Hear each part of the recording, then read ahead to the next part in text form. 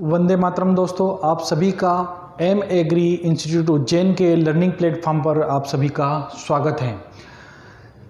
हम लोगों का आज का टॉपिक है आहार एवं पोषण पशुपालन में चैप्टर नंबर 2 का टॉपिक नंबर हम 3 पढ़ने वाले हैं। जिस लोगों ने अगले टॉपिक नहीं देखे हैं, जिन छात्रों ने, वो छात्र पहले अगले टॉपिक क्लियर करके नेक्स्ट वीडियो पर आएँ, जिससे कि उनको ज़्यादा से ज़्यादा समझ में आएगा। आज हम बात करने वाले हैं हे के बारे में।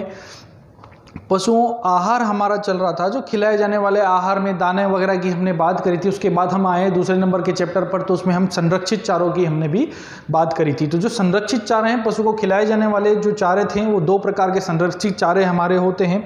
एक को हमने पढ़ा था साइलेज के रूप में, और दूसरा हम पढ़ेंगे हे के रूप में। तो हे वह चारा है जो कि घास को हरी अवस्था में या फसल को हरी अवस्था में सुखाकर तैयार किया जाता है, जिसे हम क्या कहते हैं, हे। अब हे तो है ही है, इसलिए हे को हम हे के बारे में पढ़ना है। यहाँ दिख रही होगी आप लोगों को किस प्रकार का जो हरा चारा होता है, अधिकतर हमारे गाय भैंसों को खिलाने के लिए हरे चारे का जो है सुखाकर इस तरह से उपयोग किया जाता है कि इस तरह से हमने को क्या करना है, चारे को सुखाकर तैयार किया जाता है, क्योंकि लंबे समय तक खिलाने के लिए इसका उपयोग किया जा सके। तो हे के बारे में हम पढ़ने वाले।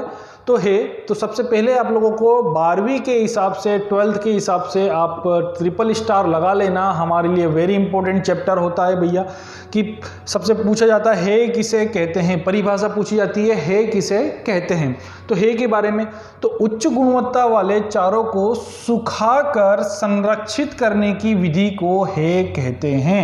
यही बताया हमने कि उच्च गुणवत्ता मतलब किसी जो भी हम चारा पशुओं को खिलाया जाता है, उन चारे को क्या करना है, सुखाकर तैयार किया जाता है, जिसे हम क्या कहते हैं, हे कहते हैं। याद रखना, नहीं तो कौन है, वहाँ है, जहाँ है, ये है हम पढ़ते ही हैं। तो अब हे क्या होता है, जो बहुत सारे बच्चों एग्रीकल्चर में पता है, उसको बोलते हैं हे किसे कहते हैं, हे क्या होता है, हे क्या होता है, वो यूं ही करता रहता है भैया, उसको हे के बारे में ही पता नहीं होता है ना। तो इसलिए हम जो है एग्रीकल्चर पढ़ रहे हैं, पशुपालन पढ़ रहे हैं, तो हे एक प्रकार का क्या है, सूखा चारा। याद रखना सभी लोग, हे एक प्रकार का क्या है, सूखा चारा।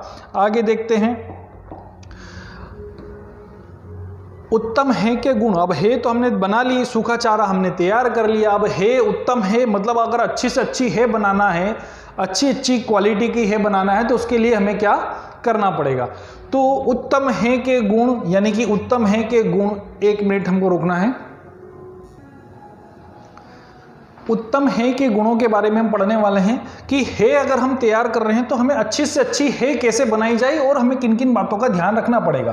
तो ये भी हमारे 12th के लिए पूछे जाते हैं कि उत्तम है के गुण लिखिए, उत्तम है के कोई 4 गुण लिखिए।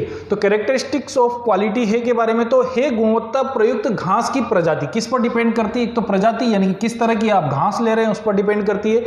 दूसरा आता है घास काटने की अवस्था, क्योंकि हमें हे अच्छी पत्ती वाली और फूल आने की अवस्था के पहले ही क्या करना है, हे को काटना है। दूसरा पत्ती तना अनुपात उसका होना चाहिए। पत्ती तना अनुपात मतलब तने से ज्यादा उस मात्रा किसकी होना चाहिए, पत्ती की होना चाहिए।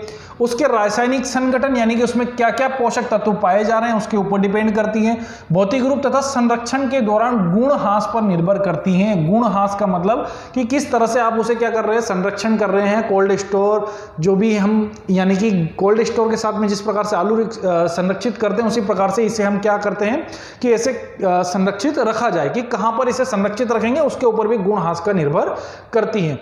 तो किन किन बातों का ध्यान रखना है, घास की प्रजाति का भी ध्यान रखना है, घास काटने की अवस्था का भी ध्यान रखना, पत्ती तने के अनुपात का भी ध्यान रखना है, और रासायनिक संगठन के रूपों को, और जो है संरक्षण के दौरान गुण ह्रास यानी कि उसे बचाकर रखने के दौरान जो गुण उसके ह्रास हो रहे हैं उस पर भी हमें ध्यान देना है। तब जाकर हम क्या कर रहे हैं, उत्तम है क्वालिटी की हे प्राप्त कर सकते हैं, है ना। हे अब क्या होता है, हम उत्तम है में, ये देखो यहाँ पर एक फोटो दिया हुआ है भैया, तो इस फोटो में भी है, ये जो बंडल दिखाई दे रहा है ना आपको, ये हे का बंडल है, ठीक है। तो क्या होता है कि हम कहीं, अभी इसके पहले जो हमने फोटो देखा था कि वो जो हम सुखाकर है तैयार कर रहे हैं, अब यहाँ जो बंडल दिख रहा है ना, ये भी सूखी घास है, पर ये हरी क्यों दिखाई दे रही है, ये हम सब आगे समझेंगे कि ये भी बंडल जो बन रहा है हमारा, ये भी है का है।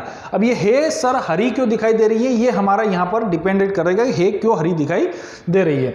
तो अब उत्तम है कि गुण की पहचान आप कैसे करेंगे सर, है ना, कि हम अगर हमने कर लिया भैया कि उत्तम है हम पैदा कर रहे हैं, तो उसको कैसे पहचाने जाए। तो उत्तम है अधिक पत्तियों वाली होना चाहिए। क्या होना चाहिए, अधिक पत्तियों की जो है होना चाहिए, क्योंकि पत्तियों में पाचक तत्वों की मात्रा लवण विटामिन अधिक होते हैं। लवण विटामिन की मात्रा किसमें पाई जाती है? पत्तियों में पाई जाती हैं। तो इसलिए हमें जो है हे में क्या होना चाहिए? पत्तियां अधिक होना चाहिए। हे का रंग हरा होना चाहिए। रंग कैसा होना चाहिए? हरा होना चाहिए। हे का रंग हरा होना चाहिए। अभी मैंने बंडल दिखाया था, वो हे का रंग हरा दिख रहा है। क्यों दिख रहा है? क्योंकि क्या हुआ कि उसको हरी अवस्था में काटकर सुखाया गया, तो इसलिए वो क्या दिखाई दे रही है? हरी दिखाई दे रही है। यह स्वादिष्ट व रसीली होना चाहिए। भैया हे स्वादिष्ट और रसीली भी होना चाहिए, तभी जाकर पशु उसे क्या करेगा? चाव से खाएगा, अन्यथा पशु खाएगा नहीं। अगला, हे फफूंद रहित होना चाहिए, मतलब किसी प्रकार से उसमें क्या नहीं लगना चाहिए? कवक, फफूंद वगैरह नहीं लगना चाहिए। हे खरपतवार रहित होना चाहिए। उत्तम हे में जिस घास से हे तैयार कर रहे हैं, जिस फसल से या जिस चारे से आप हे तैयार कर रहे हैं, उसमें किसी प्रकार का कोई खरपतवार नहीं होना चाहिए। हे धूल व गंदगी रहित होना चाहिए, यानी कि धूल या मिट्टी भी उसके अंदर नहीं होना चाहिए। जिस फसल से हे तैयार की गई है उसकी महक हे में होनी चाहिए। ये सही बात है भैया, कि अगर गुलाब जामुन बना रहे हैं तो गुलाब जामुन की खुशबू आना चाहिए। अगर पता चल रहा है कि लड्डू की खुशबू आने लगी तो फिर पता चला कि बन गुलाब जामुन रहे हैं, लड्डू की खुशबू आ रही है, तो वहाँ क्या हो जाएगी? गड़बड़ होने की संभावना है। तो इसलिए क्या होना कि जिस फसल से तैयार करो उसकी खुशबू आना चाहिए। हे मुलायम तथा फूल आने की अवस्था पर काटना चाहिए। किस अवस्था पर? ये वेरी इंपॉर्टेंट है भैया, कि हे को जब फूल वाली अवस्था पर काटेंगे तो वो हरी रहेगी, और उसी हरी अवस्था में आप सुखाएंगे तो उसका कलर भी कैसा रहेगा? हरा रहेगा। और हरा रहेगा तो उसमें क्या पाए जाएंगे? विटामिन ए वगैरह पाए जाएंगे। तो इसलिए पशु को अच्छे पोषक तत्व की प्राप्ति होगी। एक बार और 12th में वेरी इंपॉर्टेंट है, जल्दी से देखो। उत्तम हे में पत्ती वाली होना चाहिए, रंग हरा होना चाहिए, स्वादिष्ट एवं रसीली होना चाहिए, फफूंद रहित होना चाहिए, हे खरपतवार भी रहित होना चाहिए, धूल एवं गंदगी रहित होना चाहिए। जिस फसल से हे तैयार उसकी क्या आना चाहिए? महक या खुशबू आना चाहिए। हे मुलायम तथा फूल आने की अवस्था पर कटी गई हो या उस पर तैयार की गई हो तो उत्तम है हमको बनकर तैयार होगी। 12th के हिसाब से वेरी इंपॉर्टेंट, आप लोग पढ़ लेना, डबल देख लेना, है ना, इसलिए वेरी इंपॉर्टेंट है हम लोगों के लिए। आगे हम देखते हैं हे के बारे में, और भी हे के बारे में पढ़ना भैया। तो हे बनाने के आवश्यक दिशा निर्देश। अब दिशा निर्देश की बात हम कर रहे हैं कि अगर हे बना रहे हैं तो हमें किन किन बातों का ध्यान रखना। दिख रहा होगा सूखा चारा तैयार करना, ठीक है। तो हे बनाने के लिए आवश्यक, तो हे बनाते समय उच्च प्रोटीन कैल्शियम युक्त चारे जैसे बरसीम, लूसर्न, लोबिया, सोयाबीन, जई, सूडान घास आदि का प्रयोग करना चाहिए। तो उच्च प्रोटीन वाले चारे का उपयोग करना चाहिए, जिससे कि हम जो हे बनाए उसमें भी अच्छी प्रोटीन प्राप्त हो। घासें पतले खोखले तने वाली, अधिक पत्तियों वाली होना चाहिए। घासें कैसे होना चाहिए? पत्ती तक, क्योंकि क्या होता है भैया, घासें पतली होती है तो इसका खोखला भी जो है, तना भी खोखला होना चाहिए, और पत्तियां उसमें क्या होना चाहिए? अधिक से अधिक होना चाहिए। हे बनाने में प्रयुक्त फसलों को फूलते समय काटना चाहिए। कौन से समय? फूलते समय। अभी हम पढ़कर आए हैं कि अच्छे गुण वाली हे को फूल आने की अवस्था पर काटना चाहिए। तो इसी अवस्था पर हमको क्या करना है? हे को काटना है, फूल वाले फूलते अवस्था पर हमको काटना है। इन बातों का आवश्यक ध्यान रखना है। आगे हम देखते हैं,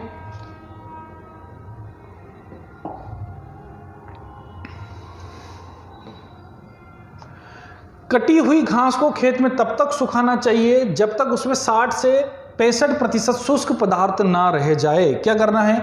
अगला पॉइंट कि कटी हुई जो घास हमने काट ली है उसको खेत में कब तक सुखाना चाहिए? जब तक उसके अंदर 60 से 65% शुष्क पदार्थ ना रह जाए, जब तक उसको क्या करना है? खेत में सुखाना है। हे बनाते समय चारे की शीघ्र सुखाना चाहिए, जिससे उसमें उपस्थित तत्वों की न्यूनतम हानि हो। तत्वों की न्यूनतम हानि मतलब हम उसे ज्यादा मात्रा में अगर धूप में पड़ी रही, भाई हमको घर पे कोई काम आ गया कि भाई हमारा ये फलाना डिमका वहां जाना है, 2-3-4 दिन और सूखने दो, अच्छी सूख जाएगी, कुरकुरी हो जाएगी, कड़क हो जाएगी, तो ऐसा नहीं सोचना है। क्योंकि ऐसा अगर हम करेंगे ना तो भैया उसमें जितने ज्यादा पोषक तत्व होंगे उसकी हानि होगी, ज्यादा से ज्यादा धूप में उसका हरापन खत्म होगा। चारे फफूंद रहित होना चाहिए, मतलब चारे में क्या नहीं लगना चाहिए? फफूंद वगैरह नहीं लगना चाहिए, फफूंद रहित होना चाहिए। तो इन बातों का हमें हे बनाते समय इन बातों का विशेष ध्यान रखना है, तब जाकर हमें उत्तम जो है गुण वाली हे प्राप्त होगी। अब हे बनाने की सबसे सरल विधि देख रही है, गरी लगी है। क्या लगी है? गरी। हम हमारे घर में जैसे ना, अब सब लोग खेती बाड़ी वाले हैं, हम भी खेती बाड़ी पहचानते भैया, तो ये क्या लगी हुई है? गरी। तो ऐसी जब गरी लगी हुई थी तो हम घास को क्या करते हैं? अब ऐसी गरी। अब सर हमारी हे जो है भूरी कैसे जो है भूरी कैसे दिखाई देती है? क्योंकि भैया भूरी इसलिए दिखाई देती है क्योंकि हम ठहरे आलसी आदमी। क्यों? क्योंकि हम ये सोचते हैं कि यार घास को खेत में खड़े खड़े ही सूख जान दो, क्या करने दो, तो उसकी फूल वाली अवस्था भी हो जाती है, उसकी उम्र भी हो जाती है, उसके बाद बढ़िया 2-3 पानी अगर मावठे वावठे गिरे तो वो भी हो जाते हैं। तो इस प्रकार से जब खड़े खड़ी फसल में क्या होती है, फिर वो बढ़िया तरीके से धूप में तनाई तनाई सुखाई रहती है। तो जब वो सूखती है तो उसके बाद उसका सारा हरापन और सारा कलर क्या हो जाता है, उड़ जाता है।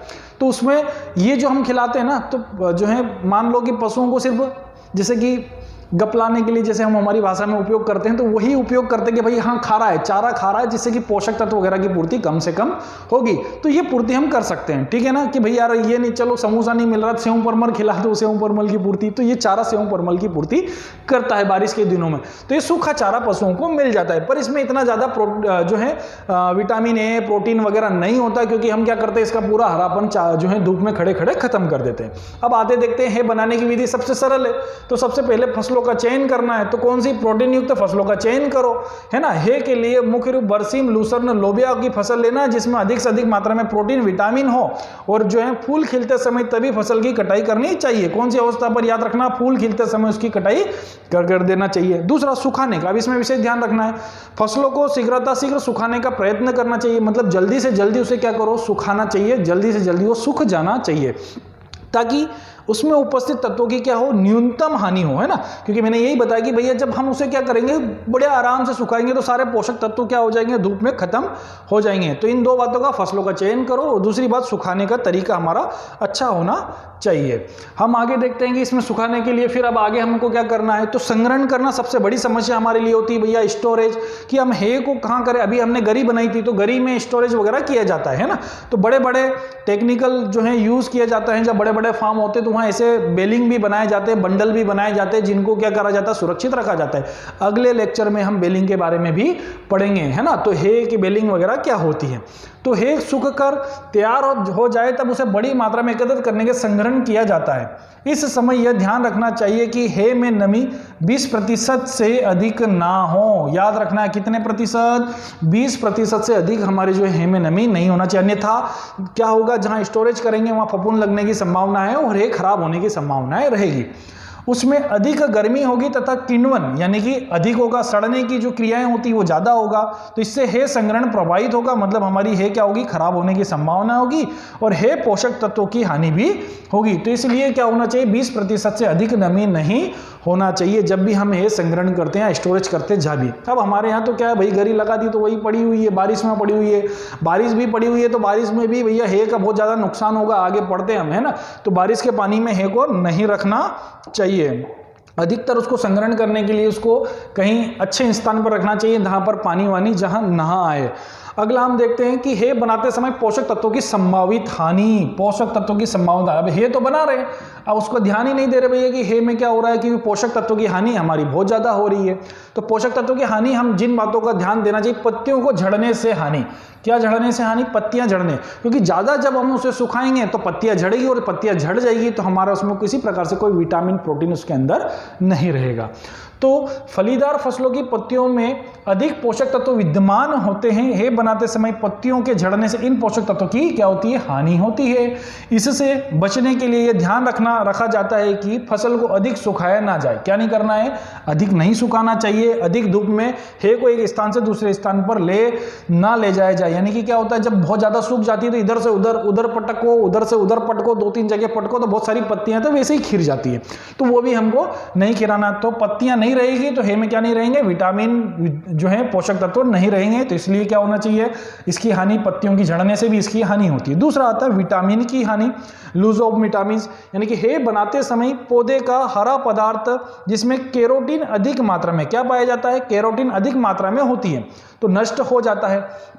क्या करने से, हरा पदार्थ, यानी कि क्या, विटामिन की हानि कैसे होती है, तो हे बनाते समय पौधे को हरा पदार्थ, मैंने बताया कि भैया हम हरा पदार्थ तो उड़ा ही देते हैं, तो जब हरा पदार्थ हमारा उड़ ही जाएगा तो फिर बचेगा क्या, तो विटामिन ही उसके अंदर नहीं रहता। चूंकि कैरोटीन से ही विटामिन ए बनता है और इसलिए हे में विटामिन ए की कमी होती है, तो हमारी जितनी भी सूखी घास होगी उनमें सब में विटामिन ए की कमी है। जितनी भी भूरी घास देखेंगे उनमें सब में, क्योंकि हरापन है नहीं इसलिए विटामिन है नहीं, और सभी में विटामिन ए की कमी होगी।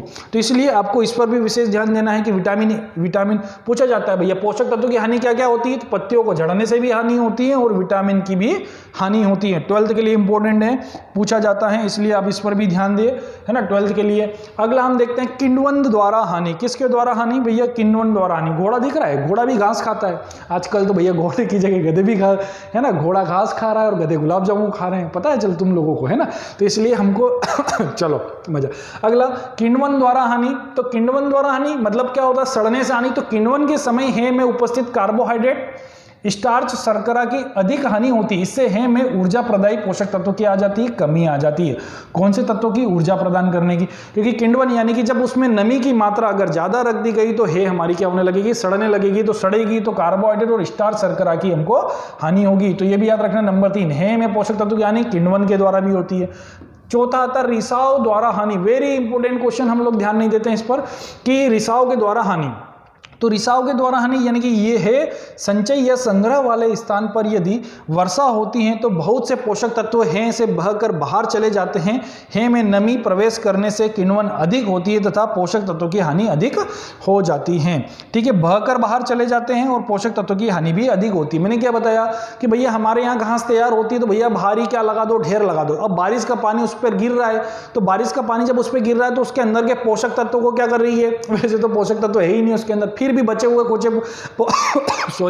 बचे कुछ पोषक तत्व भी क्या होता है? पानी के साथ घुल कर कहां हो रहे भैया? नीचे बह जाते हैं। तो रिसाव के द्वारा, जिसे हम कहते हैं रिसाव के द्वारा हानि, पानी जब गिर रहा है, बारिश का पानी आ रहा है जिसे, है ना, तो क्या होता है? पोषक तत्व जो है घुल कर बह जाते हैं। उसके अलावा उसमें क्या होता है कि किण्वन भी होता है, तो सड़ेगी, जब गीली होगी तो सड़ेगी, तो सही भैया, है ना। तो इसलिए हमको क्या होता है? रिसाव के द्वारा भी क्या होता है? हे में पोषक तत्वों की हानि होती है। तो इस बात का भी हमको विशेष ध्यान देना है। अब हे के लाभ, सर मजे आ गए।